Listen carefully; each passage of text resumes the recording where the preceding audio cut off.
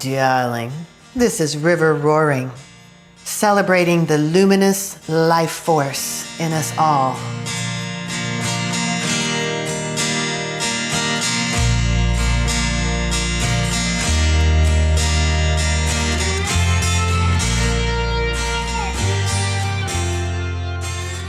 Hello, darling. It's River Roaring. And today I want to talk about why can't I find desire? Why can't I find my own deep desire?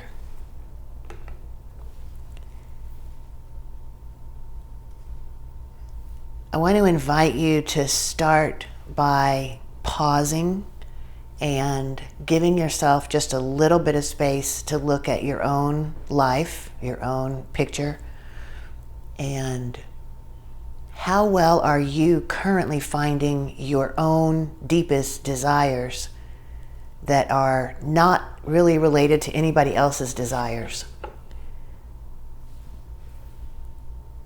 Are you in touch with your body's deepest desires and your soul's primordial wisdom about why you're here on earth and what you want here, and going for it in the bedroom, in sexual experiences, as well as outside of the bedroom? Or is that not quite, that circuit not quite open as far as you'd like it to be? The ways this can look is, I find some part of my life to be somewhat empty. Any part of your life could be sexual part, could be like, I've had a sexual experience again, and it just is not deeply fulfilling. It's somewhat empty. I have eaten a meal and it's just not that fulfilling. I'm listening to music. It's not the best. It's not really doing it for me. I'm going to work every day to a job that's not lighting me up and turning me on. These are different ways it shows up in my life, and when I'm not finding my desire for food, my desire for fun, my desire for sexual experience, my deep desires for what I do for a living and how I spend my time every day. Is your life set up in line with your deepest soul desires on all these levels? Or are you also, like everybody else I've ever met and myself, do you often struggle to find the deepest desires? I have been a sexual healer or a facilitator of sexual healing now for about 15 years. And I've worked exclusively full-time with people on sexual healing one-on-one for all that time. It was 10 years ago when I officially closed my law office and didn't have any more income from that source anymore. So I've seen a lot of people work with their own desire, and I haven't met anyone yet who is really good at finding their desire until they retrain their body.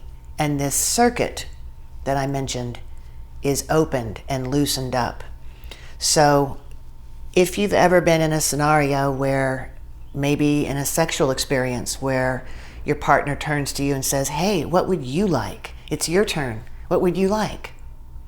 Have you ever felt at a loss for words? I'm not sure. Typically the mind will come in and start going, what's the best here? What's appropriate? What are they not going to judge? What are they going to be okay with? What's something they'll like also? What am I supposed to say here? That's all chatter that's not helpful in the mind.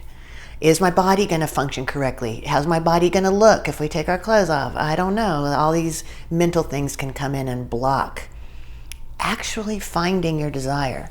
The same thing might happen for you if someone says, where would you like to eat tonight? Want to go to a restaurant? Where would you like to go? I don't know. I don't know. Why is it that I have worked as a sexual healer with people one-on-one for so long, and I've never met a person in our culture who's in touch with their desire, their deep desires, until they train into it. Why would it be so common in our society as we live right now to have human beings unable to find their deep soul desire? I believe that human nature by ourselves, without the cultural and societal and family training that we had growing up, without the what I call broken culture all around us that's heavy and unnecessarily so and unnecessarily negative, my belief is that nature of human beings is that we would always live in our desire. Every single thing about our existence would be in our desire, our deepest soul's desire. So why would it be so hard right now for everyone, basically, to find desire? I was recently thinking about a story of a client of mine, and I can relate it very well to stories of myself easily. And there's a commonality with all people. So I want to describe this one gentleman I was working with. You know, he grew up in a household where he was the firstborn. So right there, it means that for a few years until his sister was born, he was the only one in the household with the caretakers. That's important. I was as well. I was the oldest born. So for 2 years, I was the only one in the home with my mother and father. No one else was there to help me learn or help me grow, just them. And same with this client. He was alone in the home before he developed language with his mother and father only. And so, if we think about it, even prior to being born, we are in a womb of a mother for approximately 9 months. So for that entire 9 months, as all the circuits are formed in my being, the only being who is training me into what my emotion and psychological state are going to be like is my mother. In fact, I am growing up for 9 months inside, literally, of my mother's emotional and psychological experiences. So for me, it's kind of like public record that my mother was diagnosed with many mental illness, with diagnoses and labels. And so I had my first 9 months in the womb inside of a relatively severely mentally ill human, and that's the only training I got for 9 months on how to be a human and how to be emotional and psychologically stable, which it wasn't. And then so it was in the womb. The truth of the matter is my body and being were slightly unsafe. They were unsafe in the emotional sense. It didn't feel nourishing and heartwarming and completely safe in the world I lived in for 9 months. What was yours like? Can you remember anything, stories about your mother's psychological and emotional state during the time she had you in the womb? Because that was your only environment to learn from at that time. So think about that. Was it safe, nourishing, emotionally loving environment? Then, once I'm born, for 2 years before siblings came along, I was the only one there, and my mother was in the same emotional confusion and lack of clarity and instability. And my father was very busy going to work and tending to both my mother and me, and not able to give me very much attention and time because of real reasons, right? He wasn't anyone's fault. Nobody's at fault here. But little River, before I even learned language, my entire being and soul was learning, okay, there's not a lot of space for me emotionally here, and there's not a lot of really strong heart connection that feels really deeply nourishing. Like when I send out a loving heart signal, the only thing I get back is a nourishing, loving heart signal back to me, and a smiling face, and really warm, loving feelings. I wasn't raised in that before I got words. So even before words came in, and which means my logical mind was not online yet because that's what uses words. So before my logical mind even came online, my body, my soul, and my being were already trained. This is not a safe enough environment for your emotional heart opening to feel safe. And I guess I started out saying I was going to talk about my client, but I'm going to go ahead and tell my story. So then the language came in as I started to learn words, and that is an indication of my logical thinking mind, my spreadsheet mind. Some people in spiritual circles call it the lower mind, but that part of me was coming online and I got words. And at that point, I only have the words that are taught to me. And from that moment on, in my world, I was always encouraged to develop the thinking logical mind and make that the top priority.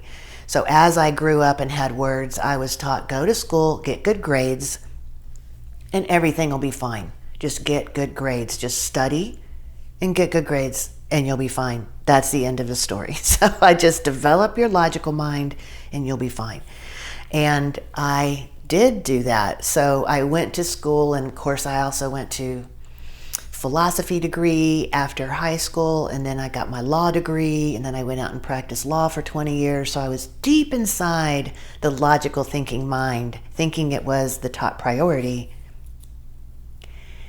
And only thing the logical thinking mind can do for us, sadly, is just, it's only a receptacle of other people's ideas. That's all it is. And all it can do is spreadsheet those out into pros and cons. The actual logical thinking part of my brain doesn't have desire. It only knows what other people have said and what I've seen and taken in information-wise.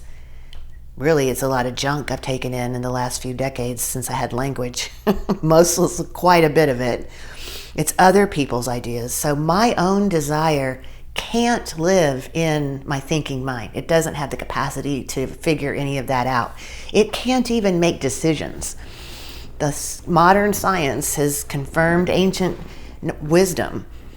The decisions we make are made from the gut and the heart and the body after the thinking logical spreadsheet mind comes up with reams and reams of pros and cons for us if we let it. It's not made for decisions. It can't find desire. It's only like learning language model AI in that it only has access to the externally inserted data sets. That's it. And it can put together into words. Only the words I already know, which the English language does leave out a lot of really major concepts. So if I'm stuck to English to figure out the whole universe, that's already a detriment and a big limitation. So growing up in that world, now as a child I'm growing up and there's not a lot of focus on River's heart connection with others. So I just didn't have access to any model that was showing me, oh, this is how you deeply heart connect and feel safe emotionally. And this is how you go beyond your thinking mind into your soul and listen to it. Never got any of that instruction. So I'm just marching along like a little child robot, doing what I thought was best and what I was taught. And I didn't know where my desire was. So I was marching along and my career took the track that other people thought was a neat idea, being a trial attorney. And I got the training from the outside world to do that right. And I was just marching along. In fact, my desire was nowhere in my life, the truth of it. And I had no model to even show me that. So I was rolling along as an adult for about 20 years with no desire of my own that was from deep from my own soul, really, not really. And I didn't even know it. I think that's an important moment to pause and really take that in.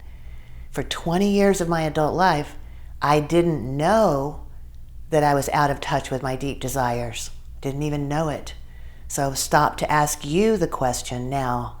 Is it possible that you are living a life that is constructed from other people's ideas and beliefs and values and decisions and choices and what's their value system of what's important and what's not important? Is it possible that your sexuality also is more reflective of things you've picked up from the outside world than it is reflecting your deepest soul and your deepest soul's desires on earth? And I'm asking that with tender, loving care, because it wasn't for me until the whole bottom fell out of my house of cards world of other people's ideas, and the house of cards fell down, and it hurt really bad when I finally noticed at age 38, oh, nothing around me is what I would really want from my soul, and I'm just noticing that. And in addition to that, I don't even have any idea how I would construct a world that was just mine from my soul's deepest desires. So before I go on here, I just want to mention that almost every client I've worked with for sexual healing, and almost every person I've met in a workshop environment, and anyone who's disclosed to me their deepest truth about their desire, pleasure, sexuality, every story has similarities in that as a child, the safe, relaxed, heart-opening environment, it was not there. All the needs weren't met to feel super safe and get out my desires from my deepest self and expose them and ask for them and get them and receive the gift of desire coming true from the universe. So that circuit in everybody I've met who hasn't retrained their circuit, the circuit is very small to nothing, the circuit that connects us to our deepest desires. And then we can thankfully train ourselves into opening up this circuit. And that's what I'd love to share about. So if your life is empty, if any part of your life feels empty, it may be, in fact, I would say it is, you're not yet in touch with your deepest soul desire in that area and receiving that as a gift from the universe. Because the universe wants to gift you all of your desires. We're actually here as humans as multi-dimensional, infinite light beings.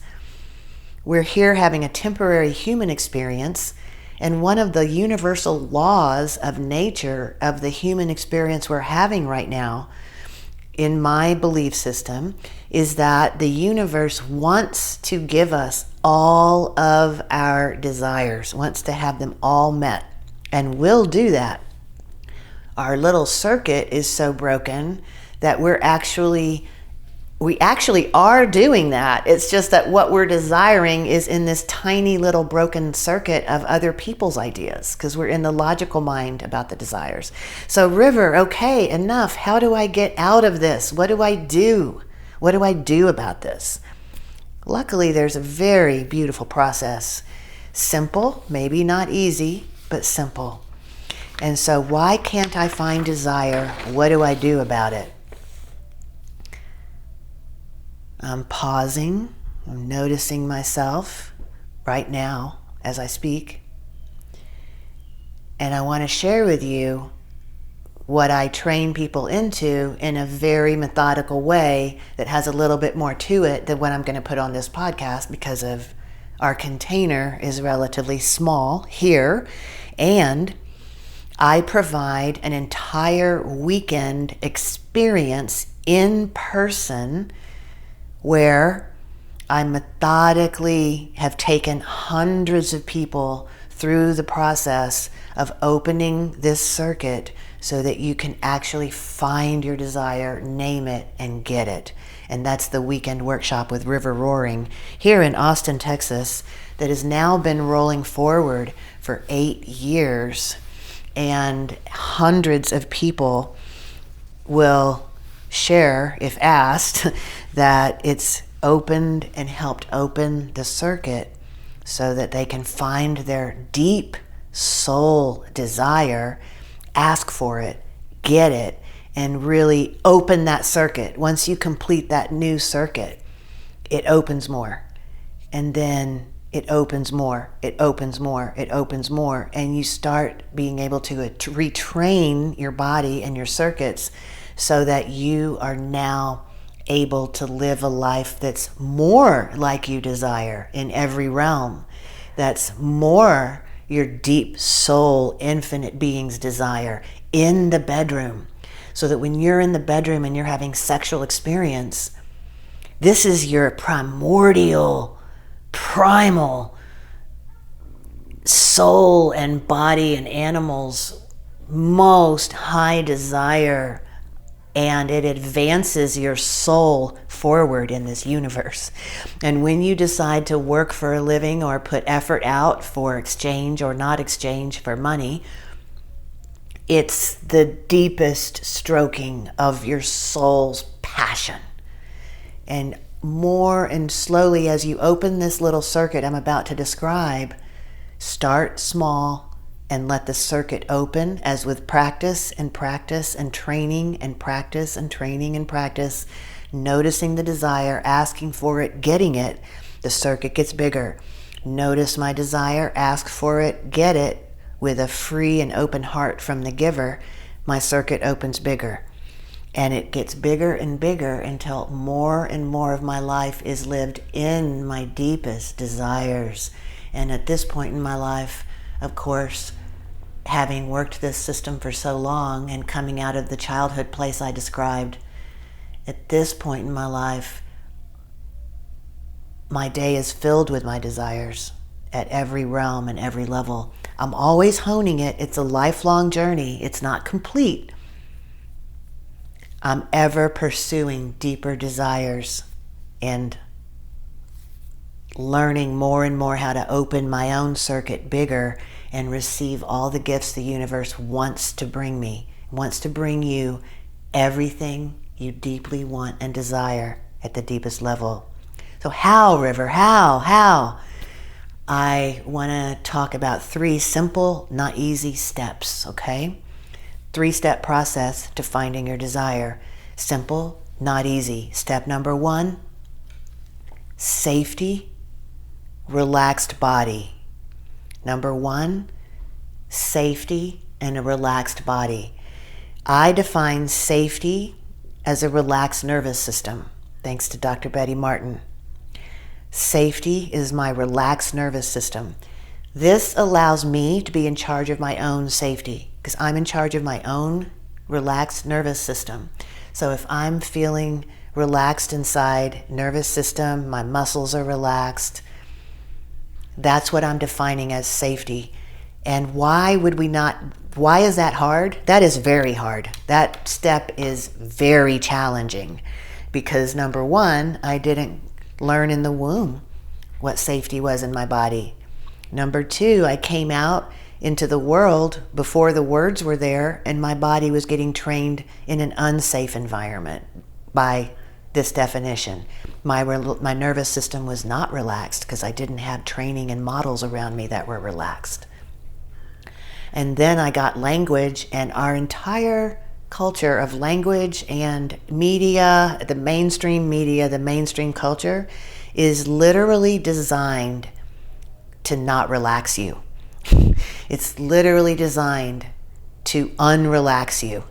So once the words started coming in and society and culture started coming in, it's full of fear and danger and risk and things to be careful about. And that's literally the opposite of full-on, deeply safe, relaxed nervous system.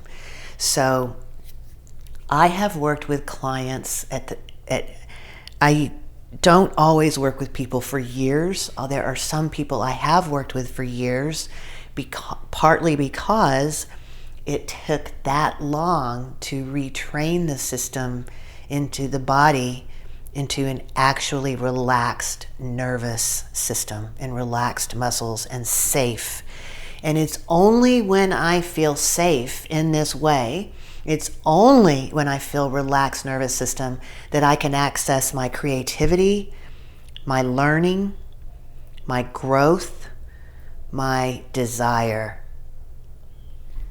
So if my system is tight, and my nervous system is tight, and I'm not relaxed, the desire doesn't have anywhere to go in there. If you even access it, it just gets restricted and constricted, and you can't even really figure out what it is. It's just constricted. But if I relax my container of my body, my nervous system, my muscles, so that I feel very safe, very relaxed. Now, when I imagine a desire, the desire can move around almost infinitely in this large, open, relaxed container. I can see it, hear it, feel it, want it, notice it, and I can trust it. I can value it. It's bouncing around in this open, relaxed container. It's perceivable. So without a relaxed body and nervous system and feeling safe inside, it's impossible for your desire to be heard. So if I want to ask you to pause right here and invite you to assess your life. Are you waking up relaxed? Are you living your day relaxed? Is your evening relaxed inside? Is your nervous system relaxed all day long? And if it is not, that's step number one, and it can take a while. What do you do to relax the system? There's functional breathing training is very big for a lot of people, not the holotropic activated breathing, not yet. That's too intense for this training. The functional breathing, like the Buteyko method and Oxygen Advantage and things like that. Also, restorative yoga, the kind of asana or yoga that is usually done laying down or moving around on the floor on the mat, not the elaborate standing poses, although they can be relaxing too. But to start out with, functional breathing training can help. Restorative yoga type of yogas can help. Tao Yin, if you're into the Tao. A hot bath, a hot cup of tea, cuddling with your partner, co-regulating with another person, calming, relaxing experiences of all kinds. Walking in nature, swimming in living waters, feeling the sun on your skin, hiking. All of these ideas and many, many, many more are ways to help relax your nervous system. In my own training, we would start to use touch as a way to start relaxing your nervous system, and we have a practice for that, and we go through practices where you start to connect your touch with relaxation. So there are practices for that. Step number one, safety, and I think most people would be surprised how unsafe and unrelaxed their nervous system is if they're honest and truthful about it.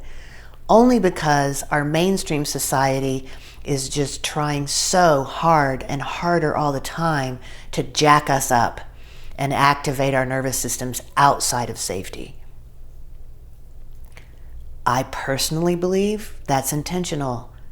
I personally believe that oppressors made that decision hundreds and thousands, even a couple thousand years ago, and that we are currently in a culture that has been highly intentionally designed to keep us out of relaxed nervous system and keep us activated and hyped up and in fear, because we cannot access our true power in that state. So it's more common than not to be unsafe in the way I'm talking about in your daily life. And I want to invite you to use every single method you can find to get more relaxed in your daily life, morning to night, and especially in the bedroom. And once again, I have a weekend environment where we will gently retrain your body and give your body skills and capacities to bring yourself to safety and relaxation, even while incorporating touch. And even because we can incorporate touch that is relaxing and brings more safety, soothing, and comfort than not touching someone else or an object. So there's a training process for this. For the podcast, I want to say, find every way you can to relax your body, your muscles, your nervous system, and bring yourself to safety. That's step number 1, and it can be a real challenge. Step number 2, quiet the logical thinking mind. This logical thinking mind speaks in words and language and sentences. So whenever I am in my quiet time and I hear a sentence like, River, don't forget to get this at the grocery tomorrow. River, don't forget this to do. Don't forget you have to do this. You're supposed to do that. You might not do this. This might not work out. This will work out. All those are sentences. As soon as I hear one, I'm like, oh, hi, logical thinking mind. That's so much like AI in that it only has access to the data sets inserted by other people. Hi. Not right now, darling. Not right now. I'm doing something different right now. So step number 2 is quieting the logical spreadsheet mind.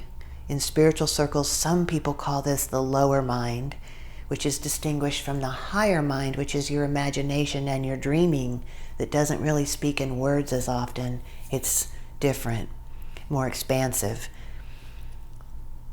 Step number 2, quiet the logical mind. And so again, simply stated, not necessarily easy to do. How would I quiet my mind, River? Meditation. Again, back to the yoga practices, walking in nature.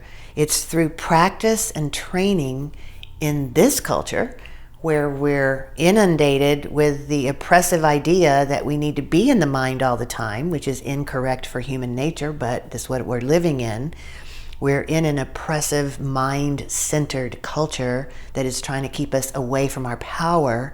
And so in this culture, it takes conscious intention and training to quiet the logical mind. And only then will you be able to actually hear your soul speak to you. So again, look for all of the methods around you to help you develop the skill to quiet your mind. It could be sound bath, there's so many modalities out there these days to find what works best for you. And if you want a weekend experience in person where I will help you train your body to quiet your mind as a part of the process to find your desire using very specific and gentle methods that are very effective, come join us at the weekend workshop in Austin, Texas. Many people travel into Austin for the workshop. Often we have more people here from out of state or out of town than people from in town. So travel on in to the next workshop, which I believe is July 23rd to 25th. Step number 2, quiet the logical thinking mind to wipe the slate clear of everybody else's ideas, because that's not where your desire lives. Again, good luck. It's a gentle retraining, and you'll probably get access to the stillness little by little. But as you keep with it and train yourself, with or without my assistance, you will have longer periods where you're able to access your soul's desire. And that is step number 3. Once you've, step number 1, relax the body into a safety of your system. 2, quiet your logical thinking spreadsheet mind to stillness. And 3, allow your desire to arise from the depths of your soul. It's in this pause, it's in this stillness that you've created with step number 1 and 2. It's in this container you've created with step number 1 and 2, where desire will naturally arise, because that's your nature. And your soul, your infinite being, your multidimensional infinite being soul wants you to know your desire. It's just been waiting for you to create this pause and this open stillness, and to be comfortable there and patient. So for me, I do step number 1, I do step number 2, and then for me, I put my hand on my heart and another hand on my belly, and I say, honey, darling, body, what would you like right now? What is it you desire right now? And I wait. I pause. I sit in the stillness and wait. Sometimes for me, I get a flash of an image that tells me the answer. Sometimes I will hear a voice with like one word, not a sentence, not a concept, just like one word. Usually for me, it's a quick image flash. Many people will see colors and know what that means. We all have a different way where our soul speaks to us in this still pause. But whatever your way is, find it and see how desire shows itself to you in your pause. And it's very delicious and wonderful feeling. That's how I know that's it, because a quick image pops into my imagination and my dreamscape, and it's the image of something happening. I'm like, yeah. When I see that quick image in my dreamscape or my imagination, that image of my soul's deepest desire in this moment, my whole body reacts in like, oh yeah, oh yeah. Drops even deeper into relaxation. I feel soothed just by the vision, the imagination of my deepest desire. Just imagining it for a flash feels so good inside. And I know my body has then told me, yeah, that's it, River. That's it. And then I have found my desire. Step 1, relaxing my body to safety. Step 2, quieting the logical spreadsheet AI mind that doesn't really know anything other than what other people told it. And 3, pause and be patient in the stillness and ask the question, honey, what do you most desire in this moment at the deepest level? And await the miracle of your own soul speaking directly to you. Once you know the desire, it's another journey toward, now I do know. Now I want to trust what just came through. I want to value what just came through. And I want to communicate what just came through to the person who I desire to do something with, if there's a person in the desire, right? So if my desire involves anybody else, such as, I want to cuddle with you, and then I want to take our clothes off, and then I want to spoon with you naked for a little while, and I've got some other things in mind as well that came through in my imagination. Will you do those things with me right now? Making a clear request of the other person to do your desire for you, And then there's a process for the other person to answer from their truthful heart's answer, an open-hearted gift they might give you. And all of this is gently and lovingly unpacked in this weekend experience that I have been facilitating for 8 years now. And our next one is in downtown Austin, Texas, in a luscious environment. It's basically easy parking, easy to come in and be part of the next weekend workshop with River Roaring. So I want to invite you right this second. I want to give you the warmest invitation. We currently have spots available right now for the weekend workshop with River Roaring. It's July, pretty sure the 23rd to the 25th. I hope I don't eat my words on that one. I'm not looking at the website. It's at the end of July. Come on in for the weekend workshop and let's unpack this together. And I would like to give you the gift of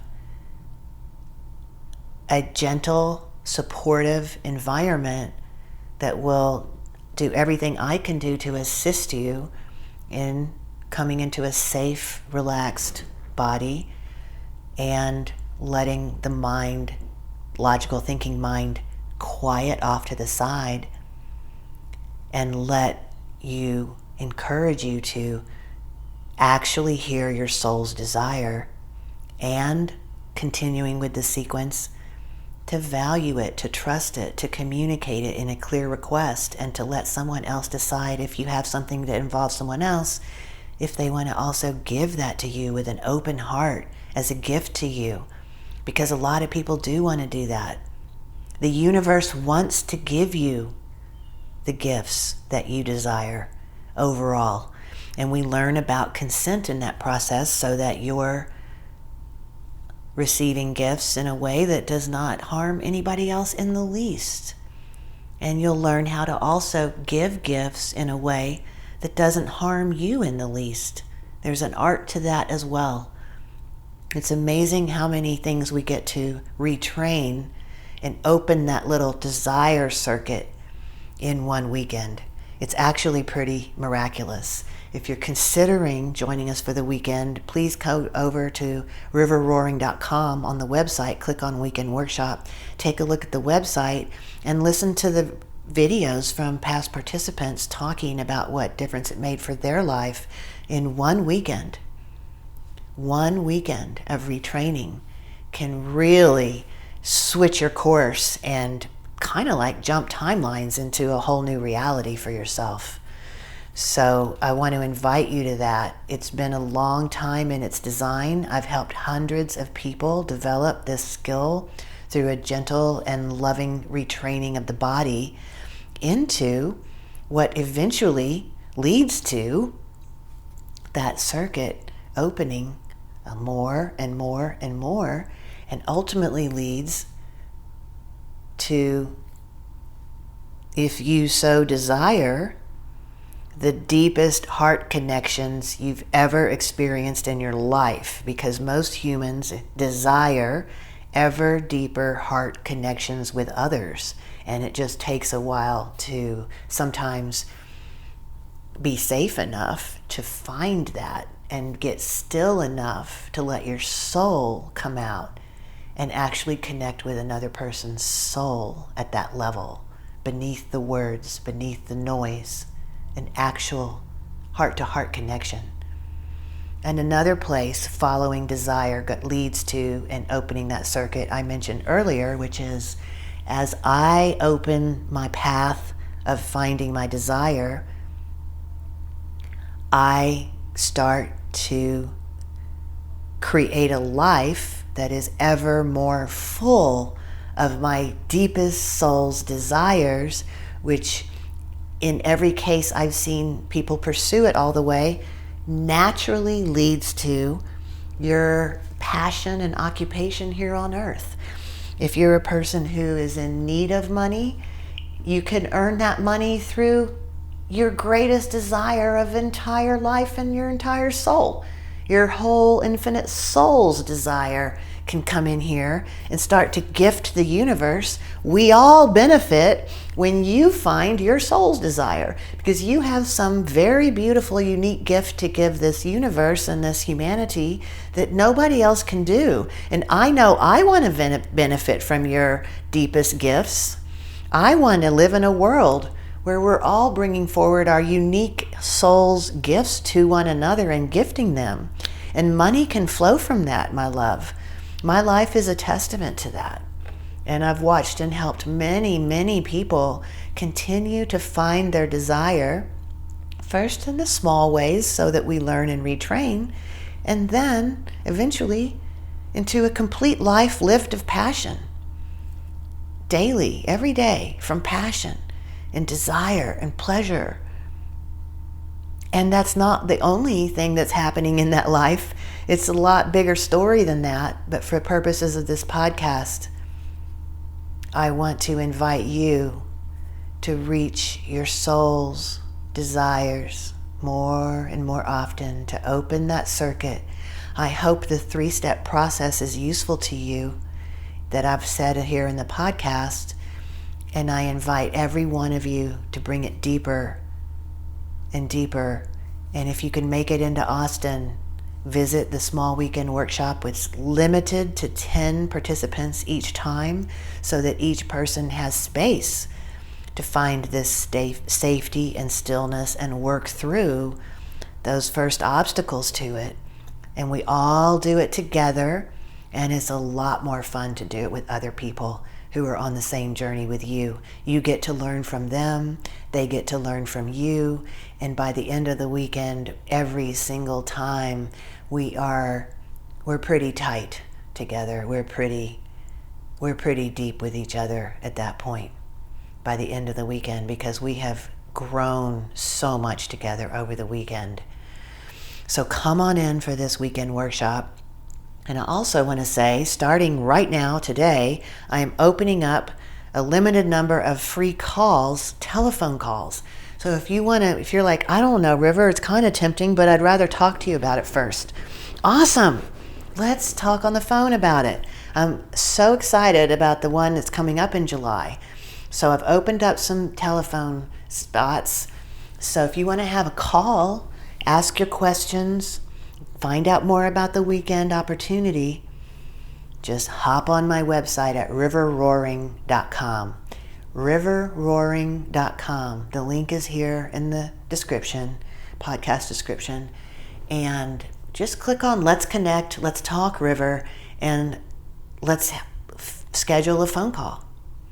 And you can also find out all about this weekend training opportunity on that website. How to find your desire is the first step, what we learn in the weekend, because we then learned how to pursue our desires and what to do with other people's desires so that we stay super healthy, super strong, and super nourished. And I want to hear from you, no matter whether you end up over here in Austin, Texas in person with me and us or not. So please share how this podcast hit you. Leave a comment, shoot me an email. Again, go to riverroaring.com, click on Let's Connect, Let's Talk River. Shoot me any question, any email you've got, any comment from this, any reflection. I'd love to hear your own story of what you've learned about yourself as we've talked together today in this conversation. Because, my darling, I am on earth to support all of those, including you, who are called to bring maximum love and light into your life, liberating your self-expression in all the realms of your life, where all is sacred, connecting with you to create a cosmic web of love and light throughout the realms. Because together, we can step into a more harmonious vibration. Together, we can fly higher, shifting human consciousness forever for the highest good of all beings. Let's do it, darling. Let's do it together. May the love be with you, and may the love be with us all.